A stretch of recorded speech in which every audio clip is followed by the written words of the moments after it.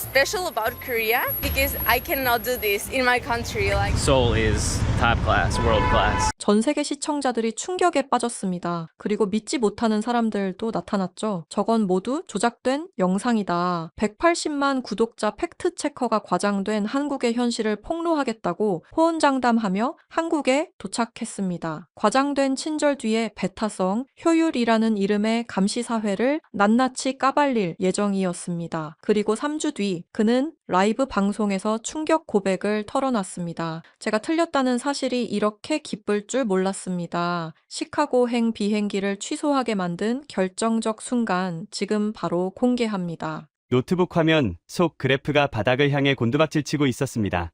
제 유튜브 채널 벤스의 판결의 최근 조회수 현황이었죠. 붉은색 하락 곡선은 마치 내 심장 박동이 멈춰가는 걸 보여주는 것 같았습니다. 3년 전 시카고 트리뷴을 때려치우고 나왔을 때만 해도 세상은 내 발 아래 있었습니다. 주류 언론이 다루지 못하는 진실을 데이터로 증명하겠다는 포부는 꽤 먹혀들었으니까요.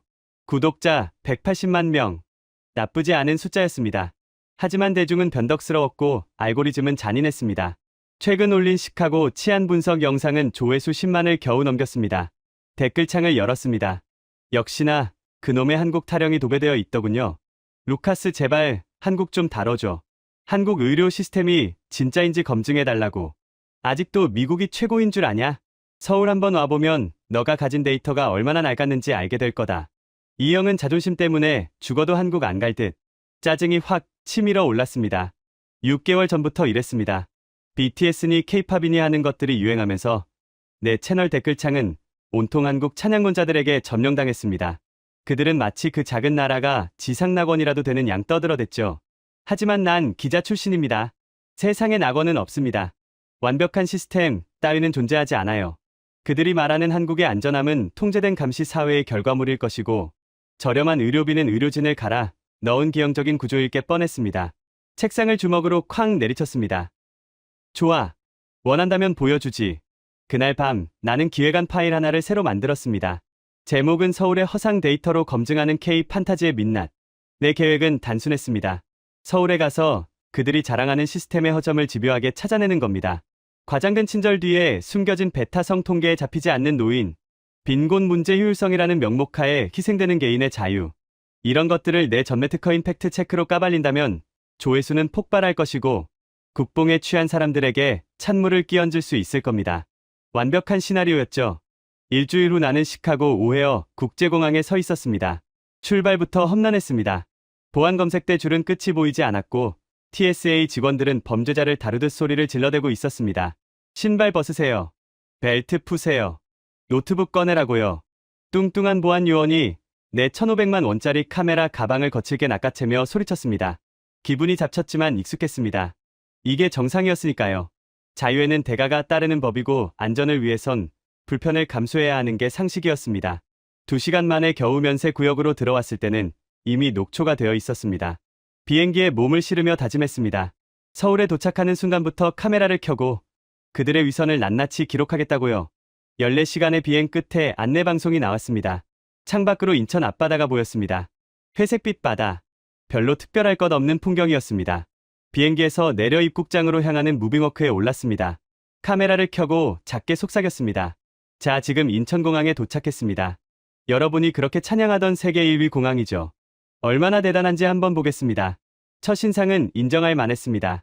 깨끗했고 층고가 높았으며 쾌적했습니다. 하지만 이건 쇼룸 효과일 뿐입니다. 어느 나라든 관문공항은 국가의 얼굴이니 돈을 처바르기 마련이니까요. 진짜 테스트는 입국 심사였습니다. 외국인 입국 심사줄은 길기로 악명이 높으니까요. 런던 히드로에서도 파리 샤를 드골에서도 기본 1시간은 기다려야 했습니다. 심사장을 향해 걷는데 사람들이 웅성거리는 소리가 들렸습니다. 바닥에 색깔 유도선이 그려져 있었고 안내 요원들이 능숙하게 사람들을 분산시키고 있었습니다. 나는 외국인 전용 심사대로 향했습니다. 줄이 꽤 있었지만 이상하게도 계속 움직이고 있었습니다. 멈춰있는 시간이 거의 없었어요. 내 차례가 다가왔습니다. 심사관은 무표정한 얼굴로 여권을 스캔하더니 카메라를 보라고 손짓했습니다. 찰칵. 그리고 지문을 찍었습니다. 띠링. 즐거운 여행 되십시오. 끝이었습니다. 질문도 없었고 서류를 뒤적거리는 시간도 없었습니다. 시계를 봤습니다. 비행기 문을 나선 지 정확히 12분 지났습니다. 당황스러웠습니다. 이게 말이 되나? 보안 검사를 제대로 한 건가? 테러리스트가 들어오면 어쩌려고 이렇게 대충 통과시키는 거지. 나는 카메라를 보며 짐짓 심각한 표정을 지었습니다. 보셨습니까? 너무 빠릅니다. 이건 흉물이 아니라 허술함일 수도 있습니다. 보안 절차가 이렇게 간단하다는 건 의심해 볼 여지가 있어요. 짐을 찾는 곳으로 갔습니다. 내 캐리어는 이미 벨트 위를 돌고 있었습니다. 마치 내가 올 것을 알고 있었다는 듯이요. 공항을 빠져나와 숙소가 있는 합정으로 가기 위해 리무진 버스 매표소로 갔습니다. 키오스크에는 영어 지원이 완벽했고 카드 결제는 3초 만에 끝났습니다. 버스에 올라탔을 때 나는 또 한 번 헛웃음을 지을 수밖에 없었습니다. 이건 버스가 아니었습니다. 비행기 비즈니스석 수준의 가죽 시트가 놓여 있었으니까요. 자리에 앉아 습관적으로 휴대폰 와이파이를 켰습니다. 6001번 버스 프리 와이파이. 비밀번호도 없었습니다. 속도 측정 앱을 돌려봤습니다. 다운로드 속도가 시카고 우리 집 인터넷보다 빨랐습니다. 헛웃음이 나왔습니다. 이것 봐요. 전형적인 보여주기식 행정입니다. 공항에서 도심으로 들어가는 외국인들에게 좋은 인상을 주기 위해 세금을 낭비하고 있는 거죠. 이런 과잉 서비스가 지속 가능할 리가 없습니다. 분명 시내로 들어가면 엉망인도로 사정과 마주하게 될 겁니다. 버스는 강변북로를 달렸습니다. 창밖으로 수많은 아파트 단지와 한강 다리들이 보였습니다. 회색 콘크리트 숲. 내가 상상했던 삭막한 서울의 모습 그대로였습니다.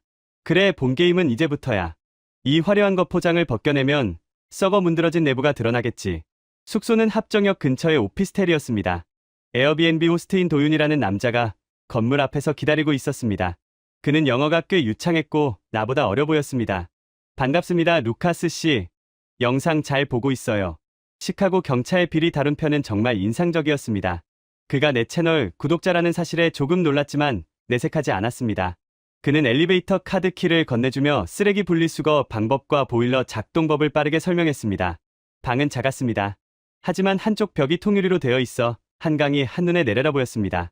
뷰 하나는 끝내주더군요. 도윤이 나가고 나는 짐을 풀었습니다. 침대에 걸터앉아 창밖을 내다봤습니다. 수많은 자동차의 불빛이 강물 위로 흐르고 있었습니다. 카메라를 다시 켰습니다. 도착했습니다. 공항 시스템은 꽤 빨랐고 인터넷도 빠릅니다. 인정하죠. 하지만 이건 하드웨어일 뿐입니다. 내일부터는 진짜 서울 사람들의 삶 속으로 들어갈 겁니다. 지옥철이라고 불리는 지하철을 타고 그들의 표정을 읽을 것이고 좁은 골목길의 위생 상태를 점검할 겁니다. 벤스의 판결은 이제 시작입니다. 카메라를 끄고 침대에 누웠습니다. 시차 때문인지 잠이 오지 않았습니다. 천장에 달린 화재 감지기가 눈에 들어왔습니다. 빨간 불빛이 깜박거리고 있었습니다. 문득 내일 아침 출근길 지하철 풍경이 기대됐습니다. 사람들이 짐짝처럼 구겨져 타는 그 끔찍한 광경을 영상에 담을 수만 있다면 첫 번째 팩트 체크는 성공일 테니까요. 나는 입꼬리를 올리며 잠을 청했습니다. 하지만 그때는 몰랐습니다. 내일 아침 내가 마주하게 될 것은 지옥철의 고통이 아니라 나의 상식을 산산조각 낼 기이한 질서라는 것을요. 알람 소리에 눈을 떴습니다. 시계는 오전 7시 30분을 가리키고 있었습니다. 시차 적응이 덜 된 탓에 머리가 지끈거렸지만 억지로 몸을 일으켰습니다. 오늘은 전쟁터로 나가는 날이니까요. 서울의 악명 높은 출근길 지옥철. 그 혼란과 고통, 그리고 짓눌린 인권을 렌즈에 담을 절호의 기회였습니다. 나는 샤워기 물줄기를 맞으며 머릿속으로 오프닝 멘트를 정리했습니다. 여러분, 지옥에 오신 것을 환영합니다. 인구 1000만 도시의 출근길은 그야말로 아수라장입니다. 사람들은 서로를 밀치고 욕설이 오가며 불쾌지수는 한계치를 넘을 겁니다. 나는 카메라 장비를 챙겨 오피스텔을 나섰습니다. 합정역까지 걸어가는 길에 이미 수많은 정장 차림의 사람들이 보였습니다. 그들의 표정은 하나같이 무표정이었습니다. 마치 도살장으로 끌려가는 소처럼 보였죠. 그래, 바로 저거야. 자본주의 시스템의 부속품으로 전락한 현대인의 비참함. 나는 회심의 미소를 지으며 지하철역 계단을 내려갔습니다. 플랫폼에 도착하자마자 나는 입을 다물 수밖에 없었습니다. 사람이 많았습니다. 정말 많았습니다. 시카고 유니언 스테이션의 가장 붐비는 시간대보다 2배는 많아 보였습니다. 플랫폼을 가득 채운 검은 머리의 물결. 나는 카메라를 높이 쳐들고 그 압도적인 인파를 찍기 시작했습니다. 곧 열차가 들어온다는 안내방송이 나오고 띠리리링 하는 경쾌한 트럼펫 소리가 울려 퍼졌습니다. 자, 이제 시작이다. 일어. 소리 질러. 싸워보라고. 스크린도어가 열리고 열차 문이 열렸습니다. 나는 본능적으로 몸을 움츠렸습니다. 시카고 레드라인에서 겪었던 것처럼 건장한 남자들이 어깨로 밀치고 들어올 거라 예상했기 때문이죠. 하지만 그 순간 기이한 일이 벌어졌습니다. 아무도 움직이지 않았습니다. 열차 안에 있던 사람들이 우르르 쏟아져 나올 때까지 밖에서 대기하던 사람들은 마치 보이지 않는 벽에 막힌 것처럼 꼼짝도 하지 않았습니다. 양옆으로 갈라져서 내리는 사람들을 위한 길을 터주고 있었죠. 그 거대한 인파가 물 흐르듯 교차했습니다. 고함도 없었고 욕설도 없었습니다. 심지어 누군가의 발을 밟은 여자가 죄송합니다라고 작게 속삭이자 밟힌 남자가 괜찮습니다라며 고개를 까딱하는 장면까지 목격했습니다. 나는 멍하니 그 광경을 바라보다가 사람들 틈에 껴서 열차 안으로 밀려 들어갔습니다. 콩나물시루라는 말이 딱 맞았습니다. 숨이 턱턱 막힐 정도로 꽉 찼습니다. 내 코앞에 낯선 남자의 등판이 있었고 뒤통수에는 누군가의 핸드폰이 닿아 있었습니다. 그런데 이상했습니다. 너무 조용했습니다. 시카고였다면 이 정도 밀집도에서는 벌써 싸움이 났거나 누군가 크게 음악을 틀어놓거나 대마초 냄새가 진동했을 겁니다. 하지만 여기서는 들리는 소리라고는 열차 바퀴가 굴러가는 소리와 안내, 방송뿐이었습니다. 사람들은 모두 고개를 숙이고 스마트폰을 보고 있었습니다. 틱톡을 보거나 뉴스를 읽거나 주식 차트를 보고 있었죠. 누구 하나 짜증 섞인 한숨조차 내쉬지 않았습니다. 이건 질서가 아니라 통제야. 나는 속으로 중얼거렸습니다. 그래, 이건 교육받은 시민의식이 아니야. 전체주의적인 사회 분위기가 만들어낸 강박적인 침묵일 뿐이라고. 개인의 감정을 표출하는 것조차 거세당한 사회. 나는 그렇게 결론을 내리고 카메라를 내렸습니다. 기대했던 아비규환의 영상은 건지지 못했지만 대신 소름 끼치는 침묵의 디스토피아라는 테마를 잡을 수는 있겠다 싶었습니다. 광화문역에서 내렸습니다. 인파에 휩쓸려 밖으로 나오니 갑자기 배가 아파왔습니다. 아침에 마신 편의점 커피가 문제였나 봅니다. 식은땀이 흘렀습니다. 공중화장실을 찾아야 했습니다. 하지만 망설여졌습니다. 미국이나 유럽의 지하철 공중화장실이 어떤 곳인지 잘 아시지 않습니까? 주사기 바늘이 굴러다니고 오물 냄새가 코를 찌르며 노숙자가 점령하고 있는 우범지대. 들어가려면 큰 용기가 필요한 곳이죠. 하지만 선택의 여지가 없었습니다. 화장실 표지판을 따라 구석으로 뛰어갔습니다. 입구에서 숨을 멈추고 각오를 다졌습니다. 문을 열고 들어갔습니다. 어라! 숨을 들이켰습니다. 냄새가 나지 않았습니다. 아니, 은은한 방향제 향기가 났습니다. 바닥은 물기 하나 없이 건조했고 거울은 반짝거렸습니다. 무엇보다 충격적인 건 배경음악이었습니다. 잔잔한 클래식 피아노 선율이 흐르고 있었습니다. 쇼팽의 녹턴이었던 것 같습니다. 이게 공중화장실이라고. 무료 개방 화장실이 빈 칸으로 들어갔습니다. 변기는 깨끗했고 휴지도 넉넉히 걸려 있었습니다. 벽면에는 비데 컨트롤 패널이 붙어 있었습니다. 세정건조 쾌변. 영어로 친절하게 적힌 버튼들. 나는 홀린 듯 세정 버튼을 눌러봤습니다. 따뜻한 물줄기가 나왔습니다. 헛웃음이 터져 나왔습니다. 시카고 오헤어 공항 라운지 화장실보다 더 좋았습니다. 보리를 마치고 손을 씻으며 거울 속의 나를 봤습니다. 내 표정은 당혹감 그 자체였습니다. 나는 카메라를 꺼내 거울에 비친 내 모습과 화장실 내부를 찍었습니다. 이건 사기입니다. 정부가 외국인 관광객이 많이 오는 역만 이렇게 관리하는 게 분명해요. 보이지 않는 곳은 엉망일 겁니다. 일반 시민들이 이용하는 곳이 이렇게 깨끗할 리가 없어요. 유료도 아니고 무료인데 누가 관리를 이렇게 합니까? 자본주의 논리에 맞지 않아요. 하지만 내 목소리에는 힘이 없었습니다. 화장실을 나오는데 청소 아주머니 한 분이 대걸레를 들고 들어오셨습니다. 나와 눈이 마주치자 가볍게 목례를 하셨습니다. 나도 모르게 고개를 숙였습니다. 역 밖으로 나오니 거대한 빌딩 숲이 나를 반겼습니다. 광화문 광장, 서울의 심장부. 나는 근처의 한 프랜차이즈 카페로 들어갔습니다. 촬영한 영상을 백업하고 편집 방향을 잡아야 했으니까요. 카페는 2층이었고 통유리 창으로 거리가 내려다 보였습니다. 꽤 넓은 내장이었는데 빈자리가 거의 없었습니다. 대학생으로 보이는 젊은이들이 노트북을 펴놓고 공부를 하거나 과제를 하고 있었습니다. 구석에 자리를 잡고 앉았습니다. 주문한 아이스 아메리카노를 마시며 노트북을 켰습니다. 아까 찍은 지하철 영상을 돌려봤습니다. 침묵하는 군중, 그리고 클래식 음악이 흐르는 화장실. 이걸 어떻게 까야 할지 막막했습니다. 전체주의 억압강박증 같은 키워드를 메모장에 적어 넣었습니다. 그때였습니다. 내 앞 테이블에 앉아있던 여학생이 자리에서 일어났습니다. 그녀의 테이블 위에는 최신형 맥북과 아이패드, 그리고 지갑처럼 보이는 파우치가 놓여 있었습니다. 화장실에 가나보다 생각했습니다. 당연히 짐을 챙겨서 가겠지라고 생각했는데 그녀는 빈손으로 터벅터벅 걸어 나갔습니다.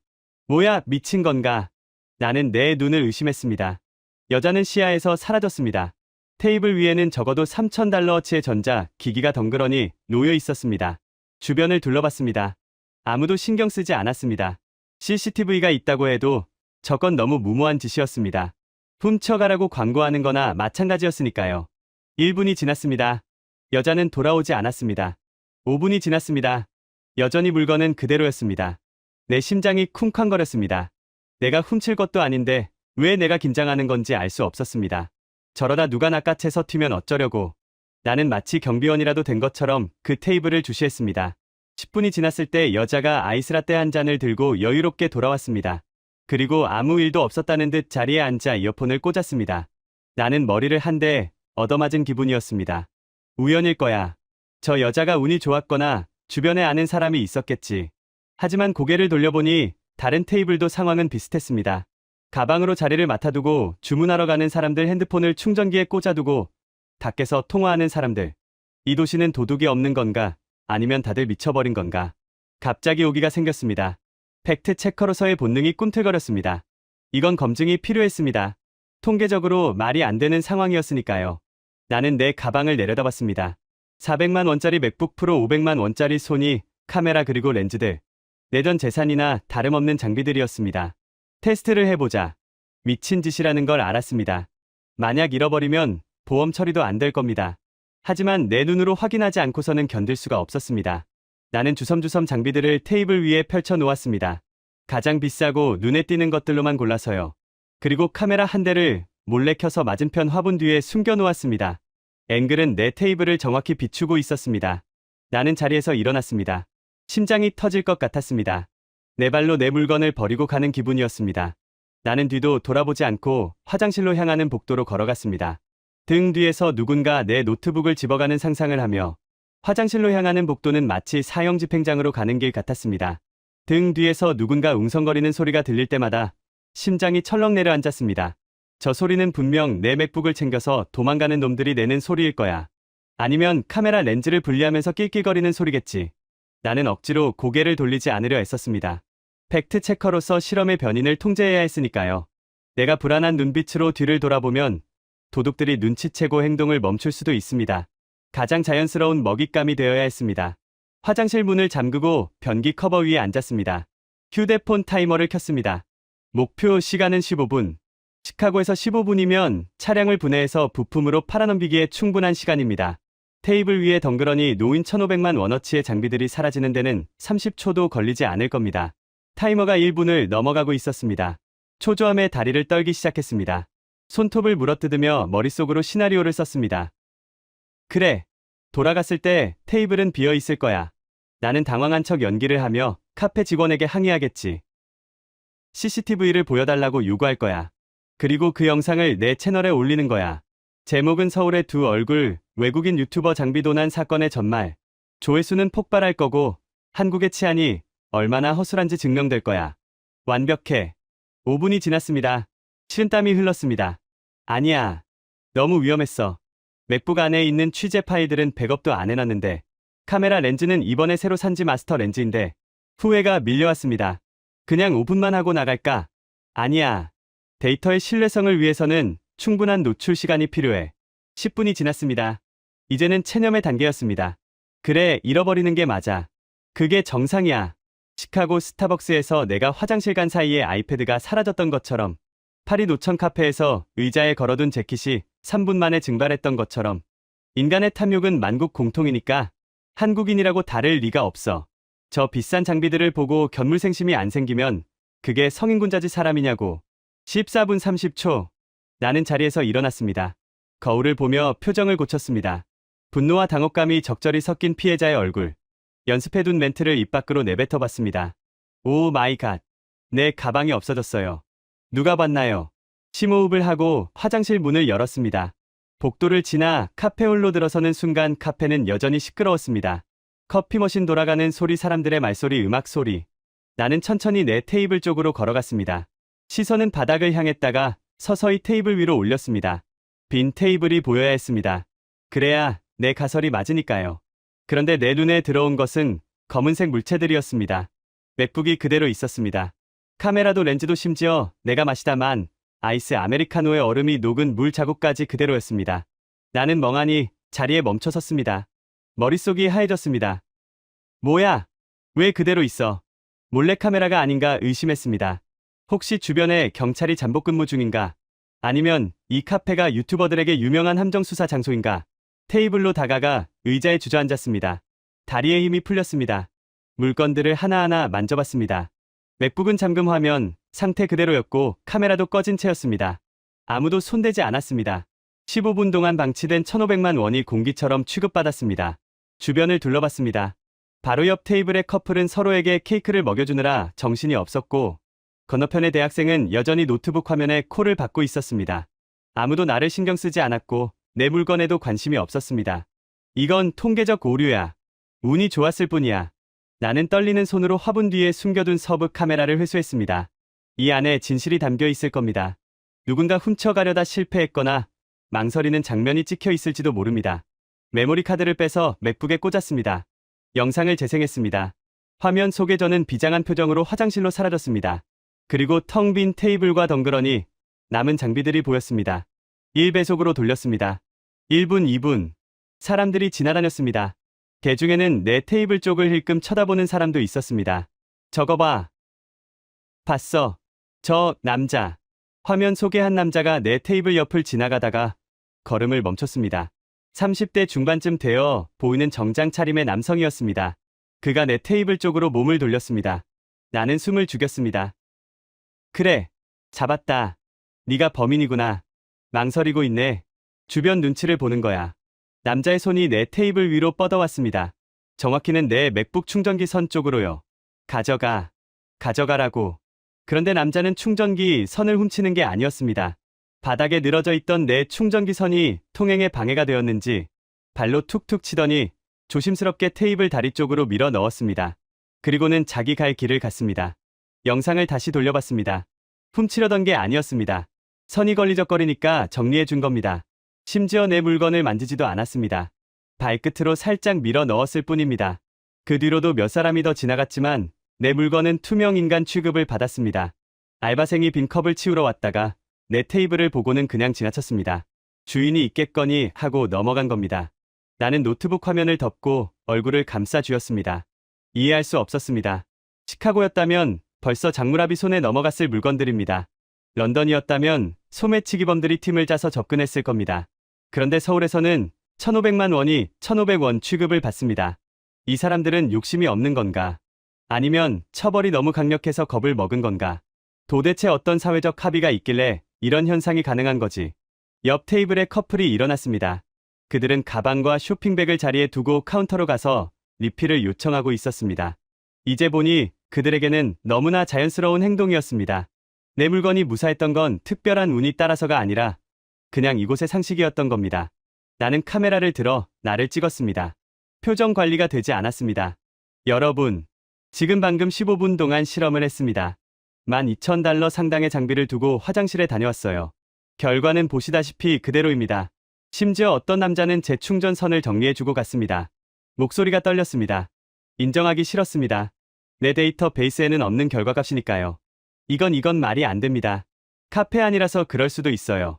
CCTV가 있고 직원이 있으니까요. 네, 맞아요. 이건 통제된 환경 변수입니다. 개방된 공간이라면 결과는 다를 겁니다. 나는 애써 합리화를 시작했습니다. 그래, 카페는 안전지대일 수 있어. 하지만 밖은 다르지. 어둠이 깔리면 인간의 본성은 드러나기 마련이니까. 시계를 봤습니다. 오후 6시가 넘어가고 있었습니다. 창밖이 어둑어둑해지고 있었습니다. 서울의 밤. 화려한 네온사인 뒤에 숨겨진 진짜 범죄의 도시를 찾아낼 시간입니다. 카페에서의 패배를 만회해야 했습니다. 더 확실하고 더 위험한 실험이 필요했습니다. 나는 짐을 챙겨 자리에서 일어났습니다. 밤거리를 배회해보죠. 술 취한 사람들, 노숙자들, 그리고 어둠 속의 포식자들을 만나러 갈 겁니다. 거기서도 과연 내 지갑과 카메라가 무사할지 지켜보십시오. 이번에는 운이 좋았을 뿐이라는 걸 증명해 보이겠습니다.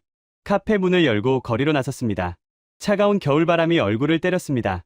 나는 옷깃을 여미며 홍대 입구역 쪽으로 걸음을 옮겼습니다. 인파 속으로 사라지는 내 뒷모습은 마치 폐잔병 같았겠지만 내 눈은 다시금 도끼로 번뜩이고 있었습니다. 아직 끝나지 않았어. 서울의 진짜 민낯은 밤에 드러날 테니까. 숙소에 돌아와 저녁을 먹고 장비를 정비했습니다. 밤이 깊어갈수록 기대감이 커졌습니다. 드디어 진검승부의 시간이 다가왔습니다. 오후 11시 30분. 서울의 진짜 얼굴을 마주하기에 완벽한 시간입니다. 전 세계 어느 대도시든 자정이 가까워지면 야수의 본성을 드러내기 마련이죠. 시카고의 밤은 총성이나 사이렌 소리로 시작됩니다. 파리의 뒷골목은 취객들의 고함과 깨진 술병 조각으로 뒤덮이고요. 나는 홍대 입구역 9번 출구 앞에 섰습니다. 목요일 밤, 인간의 욕망이 가장 적나라하게 분출되는 시간. 카메라 렌즈를 광각으로 교체했습니다. 어둠 속에 숨은 포식자들을 놓치지 않기 위해서였죠. 나는 후드를 깊게 눌렀었습니다. 시카고 사우스사이드에서 취재할 때 익힌 생존 본능이 되살아났습니다. 주머니 속에 최루 스프레이를 만지작거렸습니다. 혹시 모를 상황에 대비해야 했으니까요. 거리는 불야성이었습니다. 아니 정확히 말하면 대낮 같았습니다. 네온사인이 너무 밝아서 그림자가 생길 틈이 없었습니다.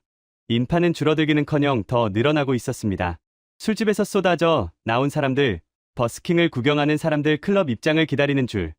나는 골목 깊숙한 곳으로 들어갔습니다. 범죄는 빛이 닿지 않는 곳에서 일어나니까요. 그런데 이상했습니다. 아무리 어두운 골목을 찾아 들어가도 막다른 길이나 위험한 구석이 나오지 않았습니다. 좁은 골목마다 24시간 편의점이 등대처럼 빛나고 있었고 가로등은 집요할 정도로 촘촘하게 박혀 있었습니다. 마치 도시 전체가 거대한 스튜디오 같았습니다. 그때였습니다. 내 레이더에 포착된 장면이 있었습니다. 한 여성이었습니다. 20대 초반으로 보이는 그녀는 짧은 치마에 얇은 코트 차림이었는데 몸을 제대로 가누지 못하고 있었습니다. 만취 상태였습니다. 그녀는 편의점 앞 플라스틱 테이블에 엎드려 있었습니다. 그리고 그녀의 옆에는 명품 로고가 박힌 핸드백이 입을 벌린 채 놓여 있었습니다. 빙고. 나는 숨을 죽이고 전봇대 뒤로 몸을 숨겼습니다. 드디어 잡았습니다. 완벽한 먹잇감입니다. 새벽 1시. 술 취한 젊은 여성. 그리고 방치된 명품 가방. 이건 범죄학 교과서에 나오는 전형적인 피해자의 조건입니다. 이제 곧 누군가 나타날 겁니다. 오토바이를 탄 날치기범이 가방을 채가거나 불량배들이 그녀를 억지로 깨워서 어디론가 끌고 가려 하겠죠. 나는 카메라 녹화 버튼을 눌렀습니다. 심장이 쿵쿵 뛰었습니다. 만약 누군가 그녀에게 손을 대면 바로 뛰쳐나가야겠다고 다짐했습니다. 특종도 중요하지만 사람을 구하는 게 먼저니까요. 내 손은 주머니 속 최루 스프레이를 꽉 쥐고 있었습니다. 5분이 지났습니다. 남자 2명이 그녀 쪽으로 걸어왔습니다. 껄렁해 보이는 20대 남성들이었습니다. 그들은 큰 소리로 웃으며 담배를 피우고 있었습니다. 왔다. 놈들이다. 나는 긴장감에 입술이 바짝 말랐습니다. 남자들이 테이블 앞을 지나갔습니다. 힐끔 엎드려 있는 여자를 쳐다봤습니다. 나는 튀어나갈 준비를 했습니다. 그런데 그중 한 남자가 혀를 차며 말했습니다. 아이고 날도 추운데 여기서 자면 입 돌아가겠네. 그러더니 자기들끼리 낄낄거리며 그냥 지나쳐갔습니다. 뭐야? 왜 그냥 가? 나는 당황했습니다. 가방이 안 보이나?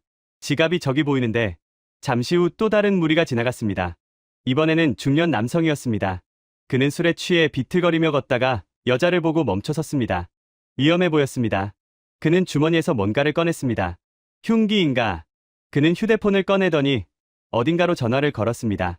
여기 편의점 앞인데 아가씨가 자고 있어서요. 네네. 순찰차 좀 보내주세요. 신고였습니다. 이리리에 신고를 한 겁니다. 나는 멍하니 그 장면을 지켜봤습니다. 그 남자는 경찰이 올 때까지 멀찍이 떨어져서 담배를 피우며 자리를 지켰습니다. 마치 보디가드처럼요. 5분도 안 되어 경찰차 한 대가 경광등을 번쩍이며 도착했습니다. 사이렌 소리도 없었습니다. 경찰관 2명이 내렸습니다. 제복을 입은 그들은 곤봉을 휘두르거나 수갑을 꺼내지 않았습니다. 대신 여자를 흔들어 깨웠습니다.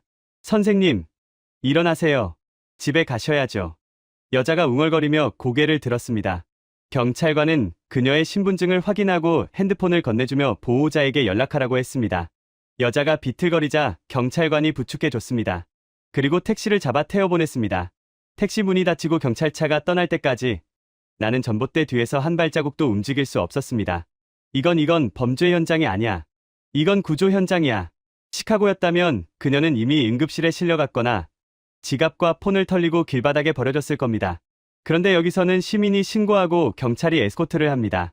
새벽 1시에 나는 허탈한 마음으로 다시 걷기 시작했습니다. 이 도시는 포식자가 없는 생태계인가? 아니면 내가 모르는 어떤 보이지 않는 힘이 작용하는 건가? 한참을 걷다 보니 배가 고파졌습니다. 24시간 영업이라고 쓰인 가게가 보였습니다. 무인 라면 가게였습니다. 안으로 들어갔습니다. 주인은 없었고 자판기와 라면, 조리기계만 윙윙거리며 돌아가고 있었습니다. 가게 구석 테이블에 한 여학생이 혼자 앉아 라면을 먹고 있었습니다. 교복 위에 패딩을 걸친 고등학생 같아 보였습니다. 새벽 2시가 넘은 시간이었습니다. 나는 라면 하나를 뽑아 조리하고 그녀의 맞은편 테이블에 앉았습니다. 호기심을 참을 수 없었습니다. 카메라를 끄고 조심스럽게 말을 걸었습니다. 실례합니다. 학생인가요? 네. 그런데요. 그녀는 젓가락을 입에 문 채 무심하게 대답했습니다. 영어가 아니라 서툰 한국어로 물었습니다. 지금 새벽 2시예요. 혼자 여기 있는 거 안 무서워요? 무서워요. 뭐가요? 그녀가 눈을 동그랗게 뜨고 되물었습니다. 나는 당황해서 손짓발짓을 섞어 설명했습니다. 아니, 나쁜 사람들 있잖아요. 강도나 취객이나. 여기 직원도 없는데 위험하지 않나요? 미국에서는 상상도 못할 일이라서요. 여학생은 피식 웃더니 라면, 국물을 한 모금 마셨습니다. 그리고 대수롭지 않게 말했습니다. 여기가 고담시티도 아니고 뭐가 위험해요. CCTV 다 있고 밖에도 사람 많은데요. 그리고 배고픈데 시간 따져가며 먹어야 해요. 그녀의 대답은 내 머리를 강타했습니다. 고담시티. 그래요. 내가 살던 곳이 고담이었고 여기가 정상이었던 겁니다. 그녀에게 공포는 실제하지 않는 유령 같은 것이었습니다. 밤은 그저 해가 없는 낮일 뿐이었죠. 아저씨는 미국에서 왔어요. 거기 총기 사고 많이 난다면서요. 거기가 더 무섭지 않나. 그녀의 역질문에 나는 할 말을 잃었습니다. 네, 거기가 훨씬 무섭죠. 라면을 다 먹고 가게를 나왔습니다. 그녀는 여전히 혼자 남아 스마트폰을 보며 킬킬거리고 있었습니다. 나는 한강 쪽으로 걸음을 옮겼습니다. 강바람이 차가웠지만 상쾌했습니다. 한강공원에 도착했을 때는 새벽 3시였습니다. 그런데 공원은 잠들지 않았습니다. 자전거를 타는 사람들, 러닝크루들, 편의점 앞에서 맥주를 마시는 연인들. 그들은 어둠을 두려워하지 않았습니다. 오히려 즐기고 있었죠. 나는 벤치에 앉아 강 건너편의 불빛을 바라봤습니다. 내가 쓴 기획안이 얼마나 멍청했는지 깨닫기 시작했습니다. 공포가 거세된 도시, 안전이라는 단어가 너무나 당연해서 굳이 언급조차 하지 않는 사회. 내 주머니 속에 최루 스프레이가 무겁게 느껴졌습니다. 여기서는 쓸모없는 고철 덩어리였습니다. 나는 스프레이를 꺼내 쓰레기통에 처박았습니다. 카메라를 켰습니다. 여러분, 저는 오늘 밤 범죄를 찾으러 나왔습니다. 하지만 제가 목격한 건 안심 귀가 서비스와 라면 먹는 여고생뿐이었습니다. 이 도시는 밤에도 깨어 있습니다. 아니, 밤에도 안전합니다. 인정하기 싫지만 시카고의 밤거리와는 비교조차 할 수 없네요. 나는 씁쓸하게 웃었습니다. 패배감이 들었지만 기분이 나쁘지는 않았습니다. 오히려 안도감이 들었습니다. 적어도 여기서는 등 뒤를 조심할 필요가 없다는 사실이 낯설지만 편안하게 다가왔거든요. 숙소로 돌아와 영수증을 바라보며 잠이 들었습니다. 하지만 이 평화로운 밤이 내일 닥쳐올 예상치 못한 상황의 전조일 줄은 꿈에도 몰랐습니다. 이 나라의 또 다른 시스템을 온몸으로 경험하게 될 줄은요. 광장시장은 그야말로 혼돈의 도가니였습니다. 좁은 통로를 가득 메운 사람들의 열기기름 냄새, 그리고 낯선 한국어의 향연. 나는 카메라를 들고 그 활기 넘치는 지옥을 기록하고 있었습니다. 도윤이 이끄는 대로 육회 골목으로 들어갔습니다. 이거 한번 먹어봐요, 루카스. 한국식 탈타르라고 생각하면 돼요. 도윤이 붉은 생고기 위에 노른자가 올려진 접시를 가리켰습니다. 살아있는 낙지가 꿈틀거리는 탕탕이도 곁들여져 있었죠. 솔직히 거부감이 들었지만 거절할 수 없었습니다. 나는 미식 탐험가가 아니라 팩트 체커니까요. 한국인의 식문화를 체험하고 분석해야 했습니다. 한 젓가락 집어 입에 넣었습니다. 고소하고 달콤했습니다. 의외로 맛있더군요. 나는 카메라를 향해 엄지를 치켜 세웠습니다. 놀랍네요. 신선합니다. 식감도 훌륭하고요. 하지만 그 즐거움은 딱 30분 같습니다. 시장에서 나와 청계천을 걷는데 갑자기 목구멍이 간질거렸습니다. 처음에는 매연 때문이라고 생각했습니다. 헛기침을 몇 번 했는데 증상은 멈추지 않았습니다. 입술이 부어오르는 느낌이 들었고 숨을 쉴 때마다 쇳소리가 났습니다. 도윤, 나 좀 이상해. 내 목소리가 변조된 것처럼 쉰 소리로 나왔습니다. 도윤이 나를 돌아보더니 사색이 되었습니다. 루카스 얼굴이 왜 그래요? 엄청 부었는데요. 거울을 볼 필요도 없었습니다. 기도가 좁아지고 있었습니다. 알레르기였습니다. 평소에는 없던 반응인데 아마 익히지 않은 음식이나 특정 양념에 반응한 모양이었습니다. 눈앞이 흐릿해졌습니다. 아나필락시스 쇼크 전조 증상 같았습니다. 공포가 엄습했습니다. 이대로 숨이 막혀 죽는 건가? 도윤이 다급하게 소리쳤습니다. 119 부를게요. 가만히 있어요. 그 순간 나는 본능적으로 도윤의 팔을 잡았습니다. 죽어가면서도 내 머릿속 계산기는 미친 듯이 돌아가고 있었으니까요. 안 돼. 앰뷸런스는 안 돼.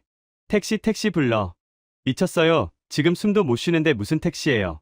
도윤은 이해할 수 없다는 표정이었습니다. 하지만 나는 필사적이었습니다. 시카고에서 3년 전 교통사고가 났을 때 구급차를 탄 적이 있었습니다. 15분 이동하고 받은 청구서가 $2,500였습니다. 보험 적용 전 금액이 아니라 적용 후 금액이요. 한국은 내 보험도 적용되지 않는 나라입니다. 여기서 앰뷸런스를 탔다가는 파산입니다. 여행자 보험을 들긴 했지만 한도가 얼마인지 기억나지 않았습니다. 노 앰뷸런스. 제발. 내가 헐떡거리며 애원하자 도우는 한숨을 내쉬며 119 호출을 취소하고 지나가던 택시를 잡았습니다. 대학병원 응급실로 가주세요. 최대한 빨리요. 택시 뒷좌석에 널브러져 있는 동안 나는 계속해서 호흡을 시도했습니다. 숨이 들어오지 않았습니다. 식은땀이 시트를 적셨습니다. 죽음의 공포보다 더 무서운 건 곧 닥쳐올 의료비 청구서였습니다. 외국인 비보험 응급실 이용료.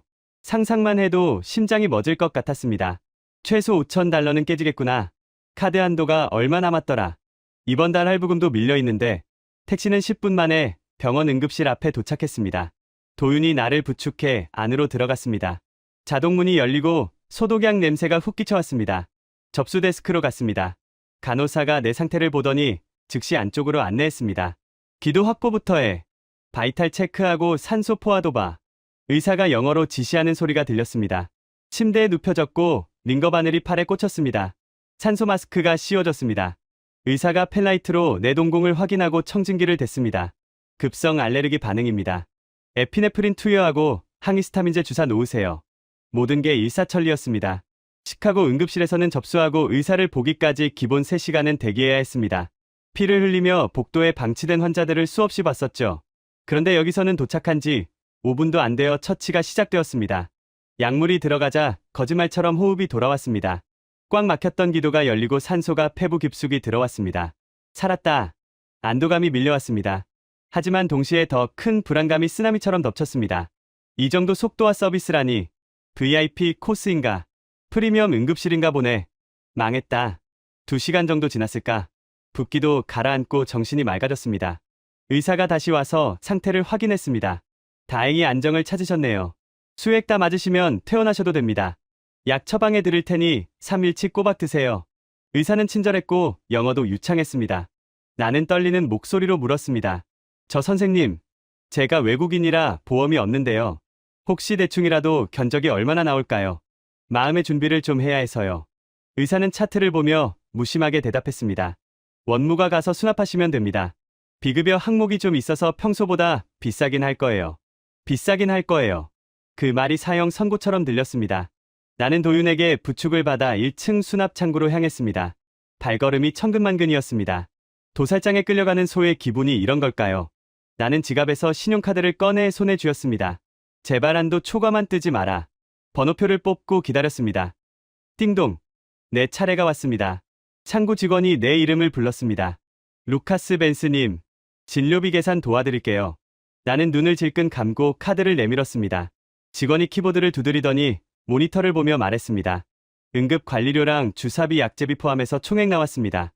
비보험 적용되셨고요. 얼마입니까? 128,400원입니다. 네, 잘못 들은 줄 알았습니다. 128만 원을 잘못 말한 건가? 아니면 1200만 원인가? 다시 한번 말씀해 주시겠습니까? 영어로요. 128,401 달러로 환산하면 약 $95 정도 되겠네요. 나는 귀를 의심했습니다. $95.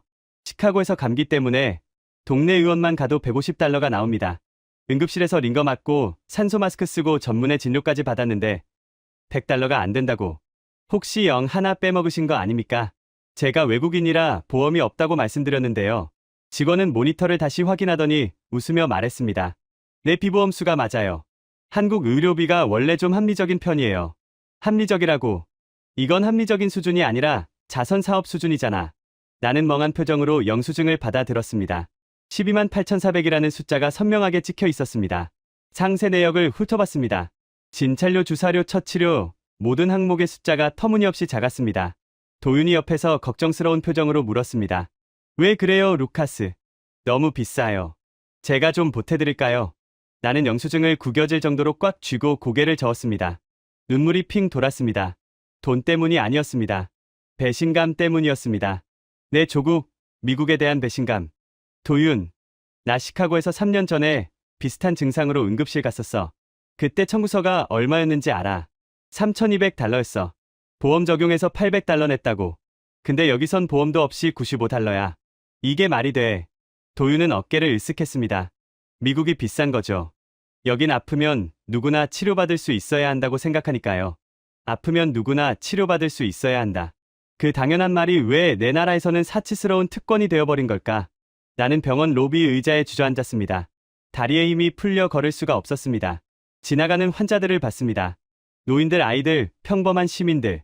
그들은 병원비를 걱정하며 전전긍긍하는 기색이 없었습니다.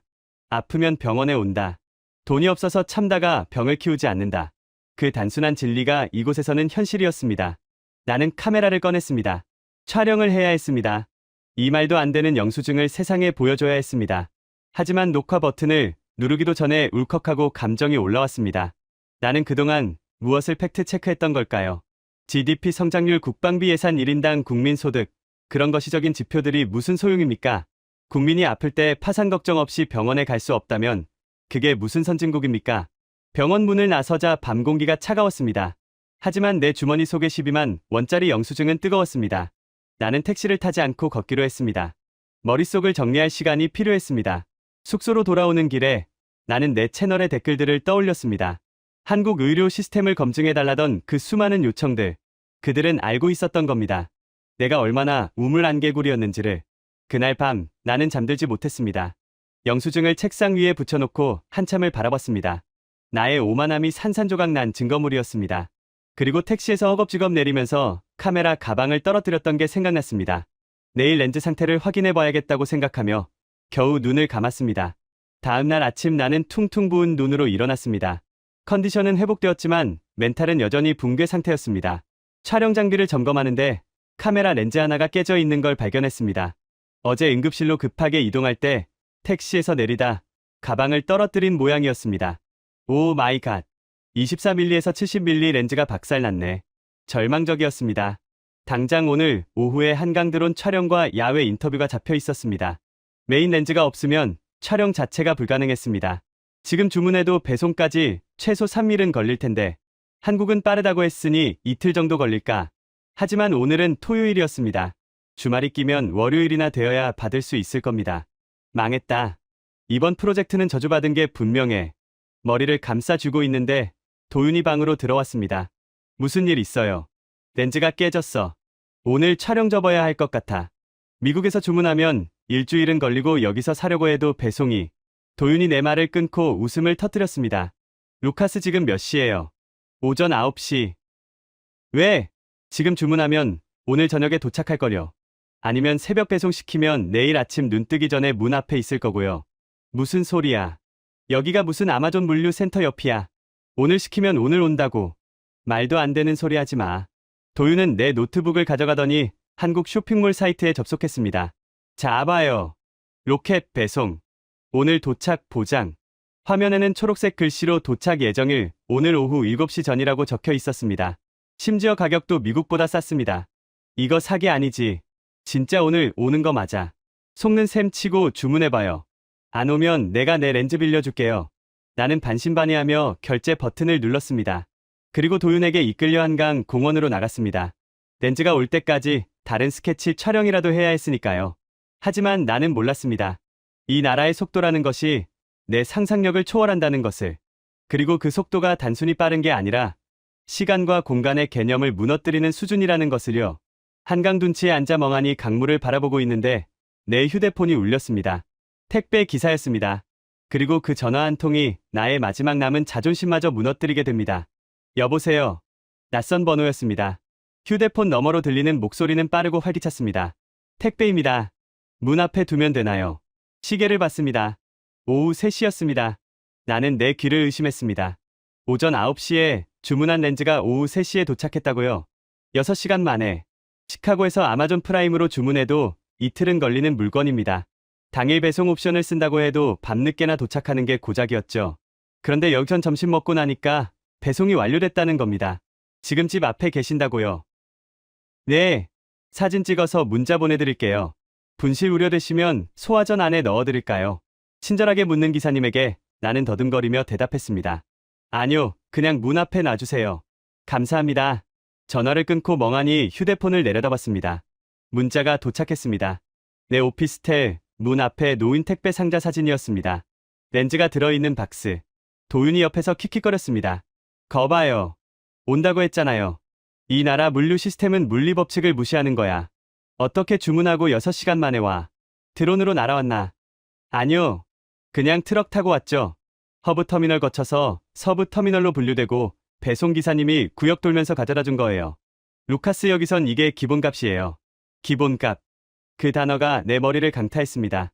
내가 살던 곳에서의 빠름은 추가 요금을 의미했습니다. 돈을 더 내야만 얻을 수 있는 특권이었죠. 하지만 여기선 누구나 누리는 권리였습니다. 렌즈 왔으니까 촬영 계속해요. 배고픈데 뭐 좀 시켜 먹을까요? 도윤이 스마트폰 배달 앱을 켰습니다. 우리는 한강공원 잔디밭에 돗자리를 펴고 앉아 있었습니다. 주변에는 텐트를 치고 노는 가족들, 자전거 타는 사람들로 북적였죠. 여기 주소도 없는데 배달이 돼. 나는 주변을 둘러봤습니다. 건물도 없고 표지판도 없었습니다. 그냥 넓은 공원 한복판이었습니다. GPS 좌표를 찍어서 알려줘야 하나? 아니면 입구까지 받으러 나가야 하나? 짜장면 어때요? 한국 드라마에서 많이 봤죠. 도윤은 능숙하게 메뉴를 고르고 결제했습니다. 그리고는 휴대폰을 내려놓고 하늘을 보며 누웠습니다. 기다려요. 곧 올 거예요. 20분쯤 지났을까요? 멀리서 오토바이 소리가 들렸습니다. 헬멧을 쓴 배달 기사가 우리 쪽으로 다가오더니 정확하게 우리 돗자리 앞에 멈춰섰습니다. 짜장면 2그릇 시키셨죠? 기사는 철가방에서 랩으로 꽁꽁 싸맨 그릇을 꺼내 놓았습니다. 김이 모락모락 나는 짜장면과 탕수육이었습니다. 단무지와 나무젓가락까지 완벽한 세트였습니다. 맛있게 드세요. 기사는 쿨하게 떠났습니다. 나는 젓가락을 들고 멍하니 그 뒷모습을 바라봤습니다. 어떻게 찾은 거야? 우리 위치 추적기라도 달아놨나? 배달존이라고 있어요. 그리고 기사님들은 여기 지리를 손바닥 보듯 꿰고 있거든요. CU 편의점 앞 돗자리라고 메모 남기면 다 찾아와요. 도윤이 랩을 벗기며 짜장면을 비비기 시작했습니다. 검은색 소스의 윤기가 자르르 흘렀습니다. 냄새가 코를 찔렀습니다. 나는 홀린 듯 면발을 입에 넣었습니다. 따뜻하고 쫄깃했습니다. 방금 주방에서 나온 것 같았습니다. 이 넓은 공원 어디에 있든 내가 원하는 음식을 따뜻한 상태로 배달받을 수 있다. 그것도 20분 만에. 배달비는 고작 3,000원. 팁도 없다. 시카고에서 우버이츠를 시키면 배달비가 음식값만큼 나옵니다. 팁까지 줘야 하죠. 게다가 식어서 오는 경우가 다반사입니다. 햄버거 패티가 차갑게 식어 치즈가 굳어있는 꼴을 봐야 했습니다. 그런데 여기선 짜장면 면발이 불지도 않았습니다. 루카스 이거 먹고 힘내서 촬영해요. 도윤이 탕수육을 내 쪽에 밀어줬습니다. 바삭한 튀김옷 속에 육즙이 살아있었습니다. 나는 젓가락을 내려놓고 카메라를 들었습니다. 이 말도 안 되는 상황을 기록해야 했습니다. 여러분, 저는 지금 한강이라는 강변 공원에 나와 있습니다. 주소도 없는 허허벌판이죠. 그런데 여기서 스마트폰으로 짜장면이라는 걸 시켰더니 20분 만에 오토바이가 제 앞에 나타났습니다. 음식은 뜨거웠고 배달비는 3달러도 안 됩니다. 팁은 0달러고요. 카메라를 끄고 짜장면을 먹으면서 생각했습니다. 편리함. 그 단어 하나로 설명하기에는 부족했습니다. 이건 시간의 압축이었습니다. 한국인들은 시간을 지배하고 있었습니다. 그들은 기다림이라는 비효율을 제거하고 오로지 삶을 즐기는 데 집중하고 있었습니다. 택배가 6시간 만에 오고 배달 음식이 공원 한복판으로 날아오는 나라. 내가 낭비했던 그 수많은 시간들이 떠올랐습니다. 택배를 기다리며 초조해했던 시간, 식은 피자를 데우며 짜증냈던 시간, 병원에서 하염없이 대기했던 시간. 그 모든 시간들이 여기서는 내 시간으로 온전히 존재했습니다. 저녁이 되자 한강 다리에 조명이 들어왔습니다. 무지개 분수가 뿜어져 나왔습니다. 사람들은 환호성을 지르며 사진을 찍었습니다. 그들의 얼굴에는 여유가 넘쳤습니다. 그 여유가 어디서 오는지 이제 알 것 같았습니다. 그들은 시스템을 신뢰하고 있었고 시스템은 그들에게 시간을 선물하고 있었습니다. 나는 숙소로 돌아와 문 앞에 놓인 택배 박스를 가지고 들어왔습니다. 박스를 뜯자 뽁뽁이에 쌓인 새 렌즈가 나왔습니다. 영롱하게 빛나는 유리알. 나는 그 렌즈를 카메라에 마운트했습니다. 그리고 창밖의 서울 야경을 찍었습니다. 뷰파인더 너머로 보이는 도시는 더 이상 차가운 콘크리트 숲이 아니었습니다. 수많은 불빛 하나하나가 사람들의 삶을 비추고 있었습니다. 안전하고 빠르고 효율적인 시스템 속에서 살아가는 사람들의 삶. 나는 노트북을 켰습니다. 그리고 서울폭로라는 폴더를 휴지통에 넣었습니다. 대신 새 폴더를 만들었습니다. 제목은 내가 틀렸다. 이제 인정할 때가 되었습니다. 나의 패배를, 그리고 이 도시의 승리를. 내 오만함을 내려놓고 진실을 마주해야 했습니다. 나는 마지막 영상을 준비했습니다. 라이브 방송을 켰습니다. 전 세계 구독자들에게 내 솔직한 심정을 고백할 시간이었습니다. 노트북 바탕화면에 있는 폴더 하나를 마우스로 클릭했습니다. 폴더명은 서울 폭로 프로젝트. 안에는 내가 서울에 오기 전 수집했던 각종 부정적인 기사들과 편견으로 가득 찬 기획안들이 들어있었습니다. 나는 망설임 없이 딜리트 키를 눌러 휴지통으로 보냈습니다. 그리고 휴지통 비우기까지 완료했습니다. 이걸로 과거의 루카스 벤스는 죽었습니다. 삼각대를 세우고 조명을 켰습니다. 창밖으로 보이는 한강의 야경이 내 뒤를 배경으로 깔렸습니다. 평소 같으면 자극적인 썸네일과 제목을 뽑느라 고민했겠지만 오늘은 그럴 필요가 없었습니다. 있는 그대로를 말하면 되니까요. 라이브 방송 시작 버튼을 눌렀습니다. 제목은 더 벤스 버딕트 I was wrong. 한국어로 하면 벤스의 판결 내가 틀렸다. 방송이 시작되자마자 시청자 수가 급격히 올라갔습니다. 채팅창에는 벌써부터 조롱 섞인 글들이 올라왔습니다. 한국 갔다가 욕먹을까봐 사과 방송하는 거냐? 돈 얼마나 받았냐? 그냥 미국으로 돌아와라. 나는 심호흡을 한번 하고 카메라 렌즈를 똑바로 응시했습니다. 반갑습니다. 루카스입니다. 오늘은 제가 지난 3주간 서울에서 겪은 일들에 대해 최종 판결을 내리려고 합니다. 나는 잠시 뜸을 들였습니다. 그리고 천천히 입을 열었습니다. 결론부터 말씀드리겠습니다. 저는 졌습니다. 완벽하게 패배했습니다. 채팅창 속도가 빨라졌습니다. 물음표가 도배되었습니다. 저는 이곳에 오기 전 서울이 거품으로 가득 찬 도시라고 생각했습니다. 국뽕이라는 마케팅에 속은 사람들이 만들어낸 환상이라고 믿었죠. 제 데이터와 경험에 비추어 볼 때 그렇게 안전하고 빠르고 저렴한 시스템은 존재할 수 없었으니까요. 그건 경제학적으로나 사회학적으로 불가능한 모델이었습니다. 나는 책상 위에 있던 영수증 한 장을 들어 카메라에 비췄습니다. 이게 뭔지 아십니까? 제가 며칠 전 응급실에서 치료받고 받은 영수증입니다. 급성 알레르기로 숨이 넘어가는 상황에서 전문의의 진료와 주사, 그리고 링거까지 맞았습니다. 보험 적용도 안 된 외국인인 제가 낸 돈은 고작 $95였습니다. 시카고였다면 저는 아마 $3,000의 빚을 졌을 겁니다. 영수증을 내려놓고 이번에는 깨끗한 맥북을 들어 보였습니다. 그리고 이 노트북, 카페 테이블 위에 15분간 방치했습니다. 몰래카메라를 설치하고 누가 훔쳐가는지 지켜봤죠. 하지만 아무도 손대지 않았습니다. 오히려 누군가 지나가며 제 충전선을 정리해주고 갔습니다. 여러분, 이게 믿어지십니까? 목소리가 조금씩 떨리기 시작했습니다. 감정이 북받쳐 올랐습니다. 저는 자유가 무엇인지 안다고 생각했습니다. 내 총으로 내 가족을 지키고 내 돈으로 더 좋은 서비스를 사는 게 자유라고 믿었습니다. 하지만 그건 자유가 아니었습니다. 그건 공포였습니다. 내가 가진 것을 뺏길까봐 두려워하고 내가 아플 때 파산할까봐 걱정하는 삶이 어떻게 자유입니까? 나는 눈물을 훔쳤습니다. 팩트 체커로서 보여주면 안 되는 모습이었지만 멈출 수 없었습니다. 진짜 자유는 새벽 3시에 이어폰을 꽂고 밤거리를 걸을 수 있는 권리입니다. 카페에서 화장실을 갈 때 가방을 걱정하지 않아도 되는 마음의 평화입니다. 아플 때 돈 걱정 없이 병원 문을 두드릴 수 있는 존엄성입니다. 저는 서울에서 생전 처음으로 타인을 의심하지 않는 자유를 누렸습니다. 채팅창의 분위기가 바뀌기 시작했습니다.